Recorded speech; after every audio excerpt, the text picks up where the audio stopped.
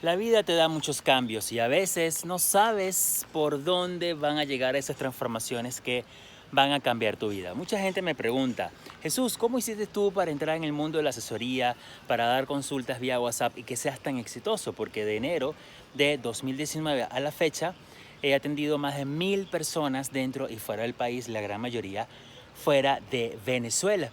He logrado atender personas en España, Italia, Portugal, Estados Unidos, México, Panamá, Uruguay, Colombia y obviamente Venezuela. Esta historia fue muy interesante porque comienza con el fallecimiento de mi papá. Mi papá muere el 15 de octubre de 2018. Fueron 3 días horribles, de verdad, donde realmente yo a veces me preguntaba, estando ahí, ¿por qué estaba viviendo esta experiencia? ¿Para qué la estaba viviendo? Bueno, mi papá fallece y a los días yo me sentía abandonado. Y yo decía, pero ¿por qué me siento abandonado si mi papá siempre estuvo conmigo? Es lo que me decía mi mente lógica. Cuando yo comienzo a preguntarle a mis hermanas también se sentían abandonadas por mi papá. Total que cuando yo reviso el árbol genealógico, porque cuando yo estudié con la doctora Yaisa, ella nos mandó a hacer árboles genealógicos, también con ella estudié un poquito de biodescodificación, un poquito de transgeneracional, un poquitico de medicina tradicional china, un poquitico de cada cosa, pude darme cuenta que la figura paterna yo la había dibujado lejos siempre. ¿Cuál fue el descubrimiento increíble? Que yo tenía un programa de abandono. ¿Por qué? Porque mi papá, él primero era gandolero, es decir, nunca estaba con nosotros. Para mí, era un abandono, para mi inconsciente. Luego, mi papá trabajaba, se iba de lunes a lunes a trabajar como mecánico, era abandono. Cuando nos mudamos de Caracas a Cagua, mi papá se iba los lunes y regresaba los días sábados, abandono. Entonces fue un abandono constante, un abandono reiterativo. Cuando yo tomo conciencia de ese abandono, comienzo a revisar que el abuelo de mi papá se va de la casa, es decir, la casa de los padres de mi papá, cuando mi papá tendría 16 años.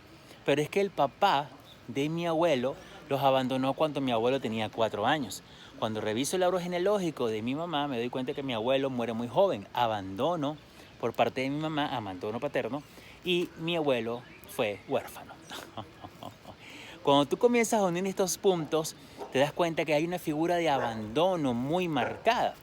Entonces, ¿qué hice? Comencé a trabajar el abandono, a trascenderlo y comencé a darme cuenta que me sentía mejor, que las cosas comenzaron a fluir, que las finanzas comenzaron a fluir, porque el abandono de papá afecta hablar en público, afecta finanzas, afecta la capacidad que tengas de relacionarte con otras personas. Entonces, cuando tú logras trascender eso, todo tiene un sentido distinto. En ese momento comienzo yo a pensar la idea, a reflexionar de pasar consultas, porque dije, bueno, si lo puedo hacer conmigo, también lo puedo hacer con los demás.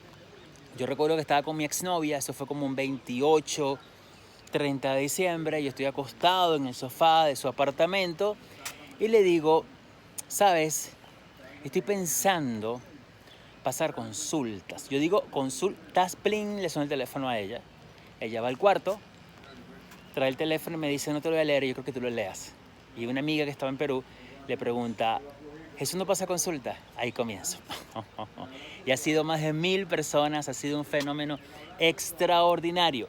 Entonces, en estos videos en YouTube voy a estar explicando algunas consultas porque sé que también te van a ayudar. Así que recuerda que los imposibles solamente están en tu mente y en el diccionario. Del diccionario no lo puedes borrar pero de la mente sí. Cuando lo borres del diccionario, cuando lo borres de tu mente, perdón, irás muchísimo más allá. Un abrazo.